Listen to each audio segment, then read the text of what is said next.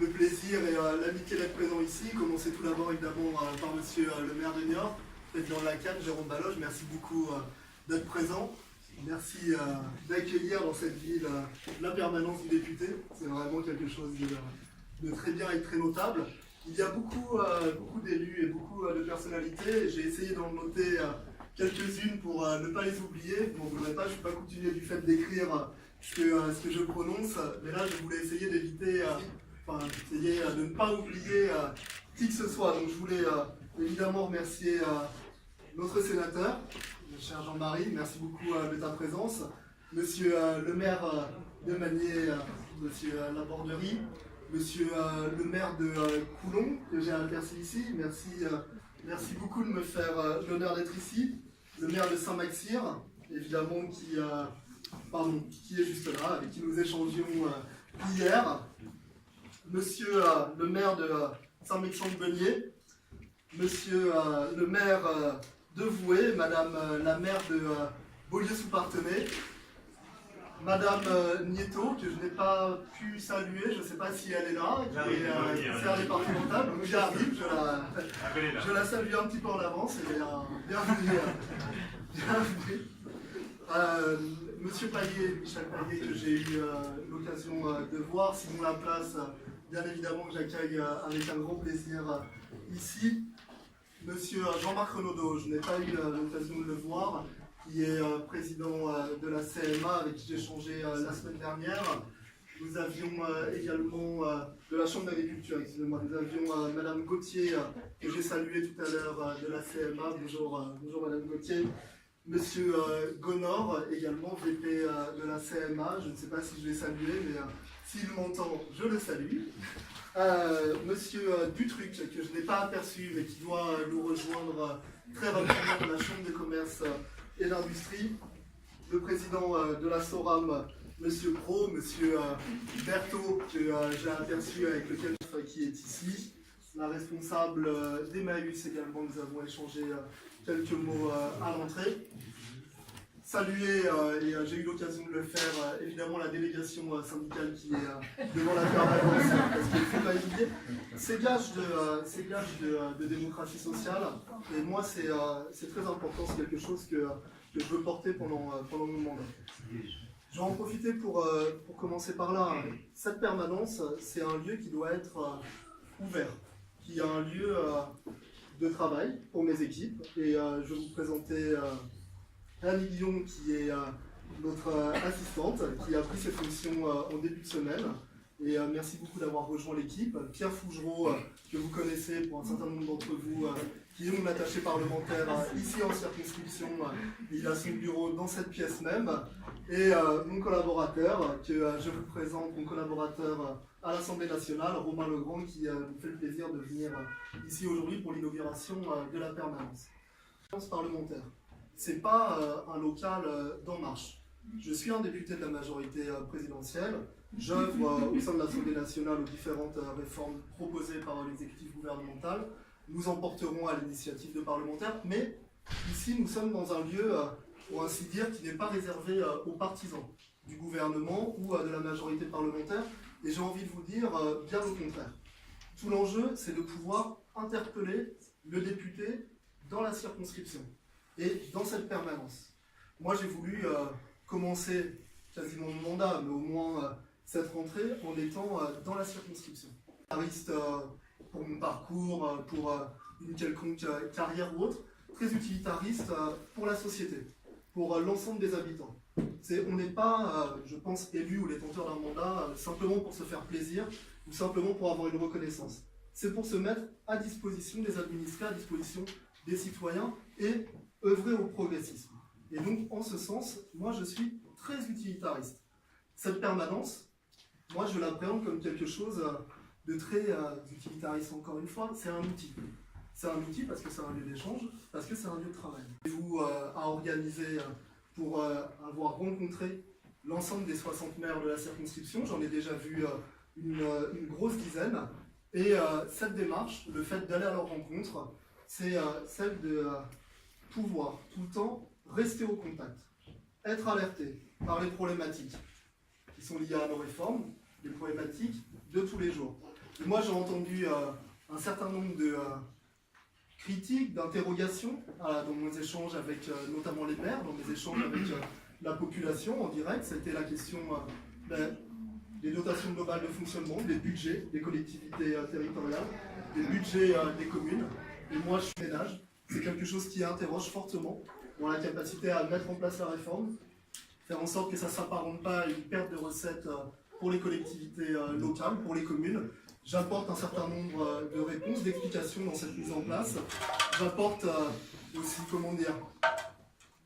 un certain nombre de clarifications dans la parole que nous pouvons porter, et j'espère avoir convaincu les interlocuteurs avec lesquels j'ai eu l'occasion d'échanger sur ce point. Moi, je suis absolument convaincu que c'est redonner des marges de manœuvre pour le pouvoir d'achat des Français, et je suis absolument convaincu, et je m'y engage, à ce que la parole présidentielle soit respectée quand il est pris l'engagement de dire que c'est compensé à l'euro près dans le budget des collectivités locales. L'occasion, dans le cadre d'une rencontre interdépartementale au niveau de la région à Poitiers, d'être interpellé vivement sur le sujet parce qu'il y avait pas mal d'étudiants présents sur cette réunion. Moi, j'ai bien conscience qu'une baisse de 5 € pour les étudiants, c'est pas neutre. 5 €, c'est pas rien, c'est du pouvoir d'achat directement en moins. Et donc, je fais ressurgir auprès de l'exécutif gouvernemental, dans le cadre des travaux parlementaires, ces inquiétudes. Et au-delà de ces inquiétudes, ces défis et ces problématiques. Et on a évidemment des réponses, des travaux qui s'ouvrent sur une réforme de l'enseignement supérieur qui va précisément se focaliser sur les conditions de vie et d'études des étudiants. Il y a eu un débat de quinquennat, une ouverture de la 15e législature qui a été dépeinte comme un peu cacophonique, avec quelques couacs. Et moi, je pense que c'est une richesse. Je pense que c'est une richesse, pourquoi? Parce que d'une, ça ne nous a pas empêché d'avancer. On a eu 3 réformes majeures. La moralisation de la vie publique, le dialogue social, la prolongation de l'état d'urgence qui doit déboucher très prochainement sur une loi sécurité.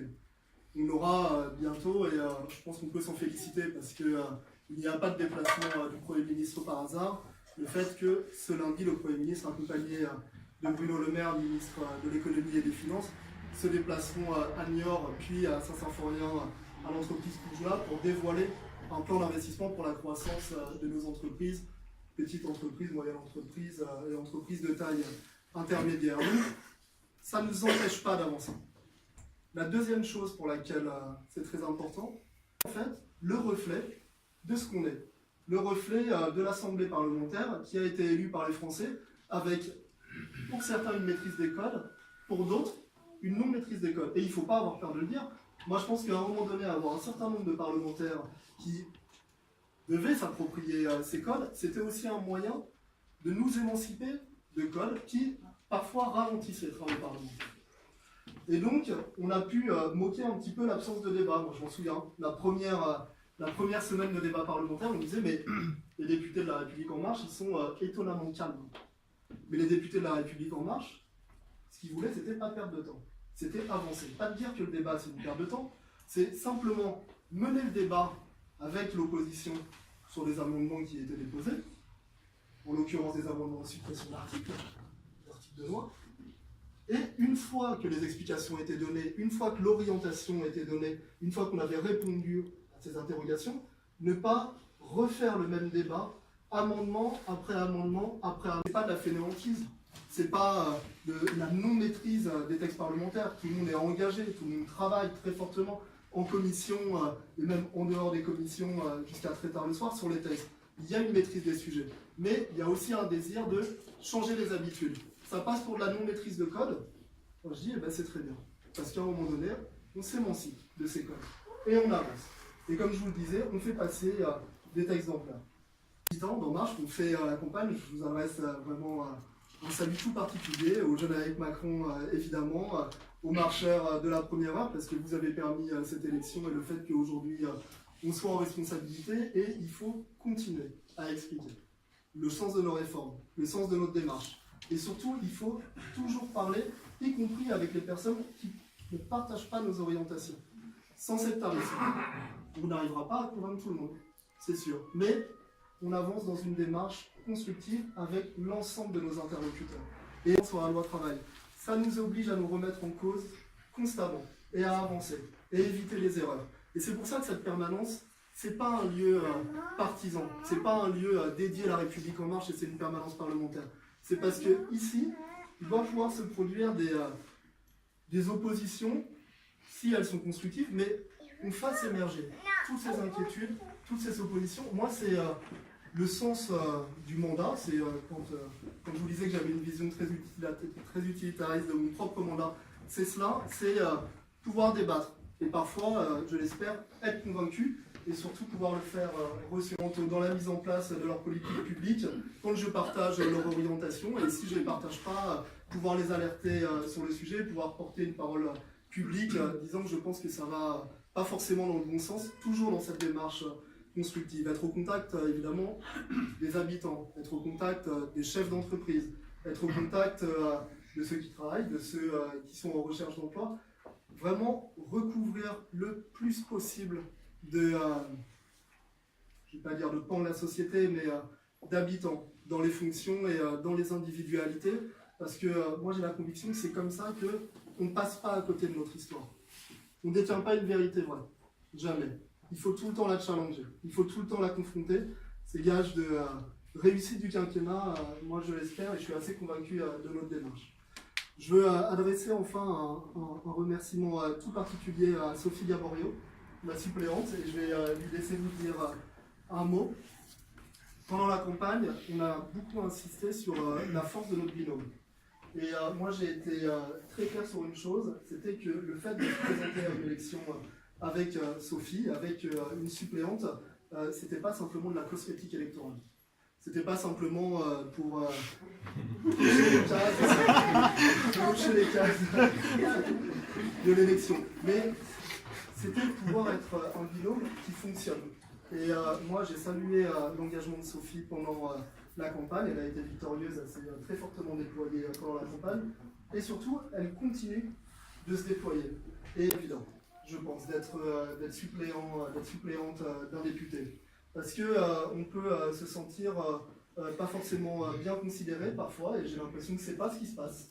J'ai l'impression que tu es considéré à ta juste valeur, que le travail tu le fais, cette démarche d'échange, de déploiement sur le territoire, tu le fais, et c'est vraiment une richesse à entretenir. Moi je suis convaincu qu'on saura l'entretenir, et je voulais terminer en te remerciant, en te laissant dire un mot, et puis après nous pourrons boire un verre de l'amitié comme il est tradition de le faire. Merci.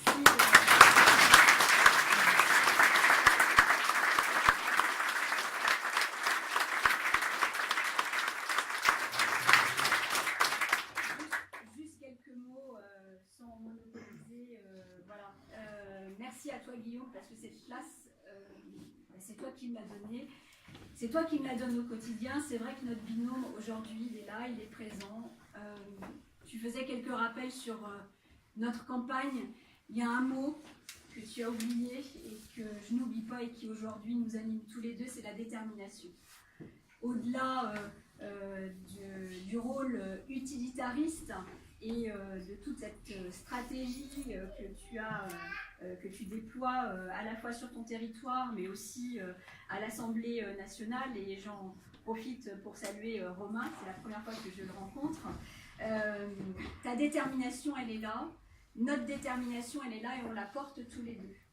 Et en ce sens, cette permanence, bien évidemment, c'est le lieu du rassemblement. Moi, je suis heureuse ce matin, bien sûr, de retrouver des élus que j'ai eu l'occasion de rencontrer après notre élection, tout au long du mois de juillet. Heureuse de rencontrer à nouveau des chefs d'entreprise, parce qu'on sait qu'il va falloir y aller et qu'on est présent. Mais en étant aussi chef d'entreprise, on est prêt à ce début de rentrée justement à pouvoir soutenir les actions du gouvernement. Et puis heureuse de rencontrer tous ces militants, les JAM avec Macron, parce qu'on sait qu'un mouvement sans une jeunesse, c'est pas un mouvement. Et qu'aujourd'hui, ensemble, on est prêt à pouvoir faire feu, je dirais, et que derrière ça, je souhaitais ce matin redire en tous les cas, non seulement la détermination, mais aussi toute cette ambition que le président de la République a pour transformer notre société, parce que demain, c'est une société nouvelle qui va apparaître.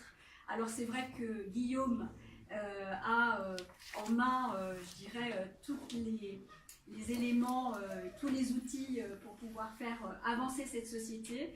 Moi j'y crois, j'ai ma fille qui est là, qui a 16 ans, et si je suis engagée aujourd'hui à côté de Guillaume, c'est justement pour lui ouvrir une société qui va lui permettre demain, à la fois sur notre territoire, mais aussi on parle de l'Europe, parce que l'Europe c'est important et on sait que notre président y est fortement attaché et que dernièrement il a montré cette ouverture vers l'Europe et vers le monde.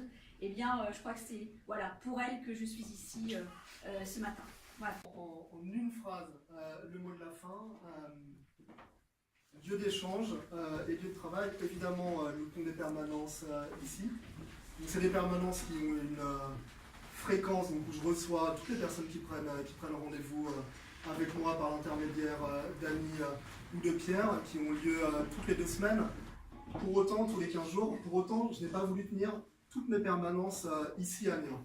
Moi, je veux les féliciter pour leur engagement et les remercier pour ce qu'ils font, l'accueil qu'ils me réservent, et leur dire que je suis bien à l'écoute de leurs sujets de préoccupation sur des sujets qui sont pas forcément confortables pour le parlementaire que je suis. Non pas que je suis en désaccord avec ce que nous pouvons porter au niveau national, mais je sais très bien qu'il y a là aussi des sujets d'inquiétude. Et notamment sur les contrats aidés, notamment sur le soutien financier au tissu associatif. Moi, j'ai pas pour habitude de me cacher derrière mon petit doigt, et donc j'entends tout ça, je suis à leur écoute et je suis mobilisable pour trouver des solutions pour leur permettre de continuer à fonctionner, parce que je suis persuadé que ça participe au premier rang au dynamisme de nos territoires. Et donc je vous invite, je m'arrête là, et je vous invite à partager un verre. J'ai été un petit peu long.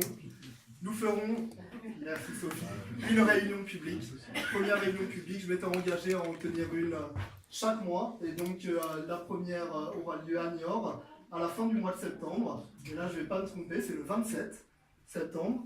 Je ne me trompe pas, le 27 septembre, à la salle Sainte-Pezaine. Et donc c'est encore une fois des réunions ouvertes qui ont vocation à échanger avec le député, son équipe, sa suppléante, sur l'ensemble de nos travaux.